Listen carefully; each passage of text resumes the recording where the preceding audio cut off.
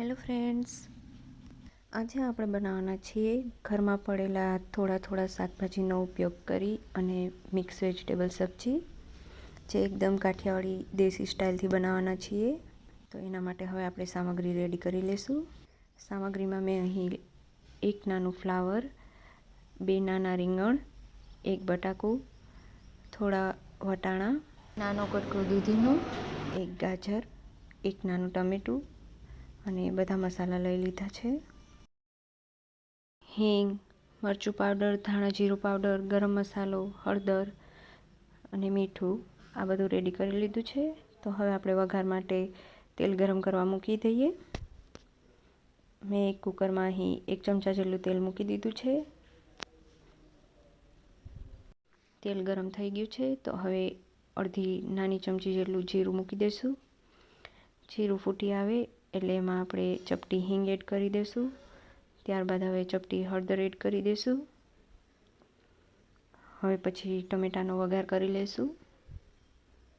સૌપ્રથમ આપણે વઘારમાં ટમેટું એડ કરવાનું છે. આ વઘારને એક વખત બરાબર હલાવી લઈએ.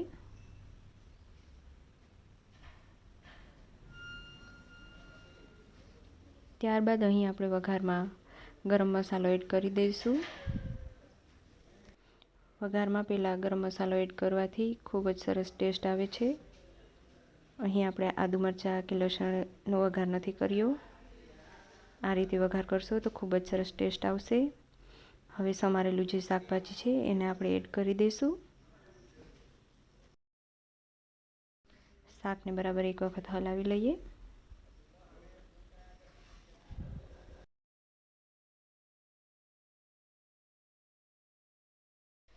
આ શાકને હલાવ્યા બાદ થોડીવાર માટે તેલમાં સાતળવા દઈશું એમનેમ જ.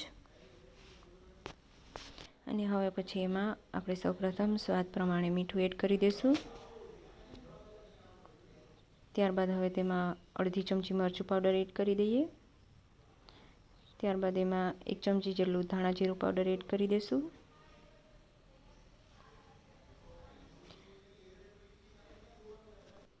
મસાલાને એક વખત બરાબર મિક્સ કરી લઈએ.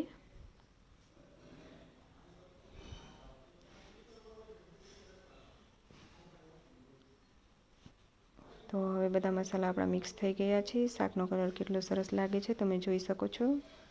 ત્યારબાદ હવે અહીં મેં અડધાથી અડધા ગ્લાસ જેટલું પાણી એડ કર્યું છે. શાકને હવે બરાબર એક વખત હલાવી લેશું.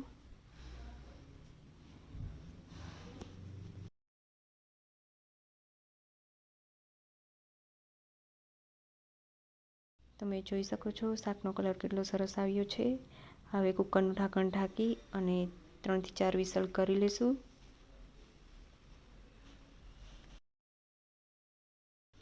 ગેસની ફ્લેમને અહીં હાઈ જ રાખવાની છે. તમે મારા દરેક વિડીયોમાં સાંભળતા હશો, ગેસની ફ્લેમને હાઈ રાખવાની, લો રાખવાની. ઘણી વખત ઘણી રેસીપીમાં આ વસ્તુનું ખૂબ જ ઇમ્પોર્ટન્સ હોય છે.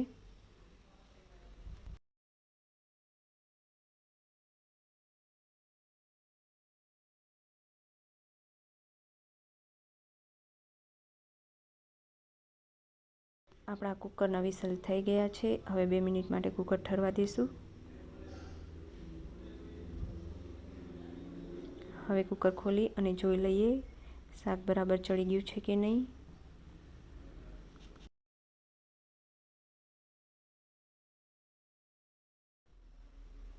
આ રીતે એક વખત શાકને હલાવી અને આપણે એક બટેટું કાપી અને જોઈ લઈશું ચમચાની મદદ વડે. આ રીતે કરવાથી જો બટેટું કટ થઈ જાય તો શાક બરાબર આપણું ચડી ગયું છે. તો આપણું મિક્સ વેજીટેબલ કાઠિયાવાડી સ્ટાઇલથી તૈયાર થઈ ગયું છે. એને ગરમા ગરમ રોટલી કે પરોઠા સાથે સર્વ કરી લઈશું. જો તમને મારી આ રેસીપી ગમી હોય તો જરૂરથી ટ્રાય કરજો અને લાઇક, શેર અને સબસ્ક્રાઈબ કરવાનું ના ભૂલતા. Thank you.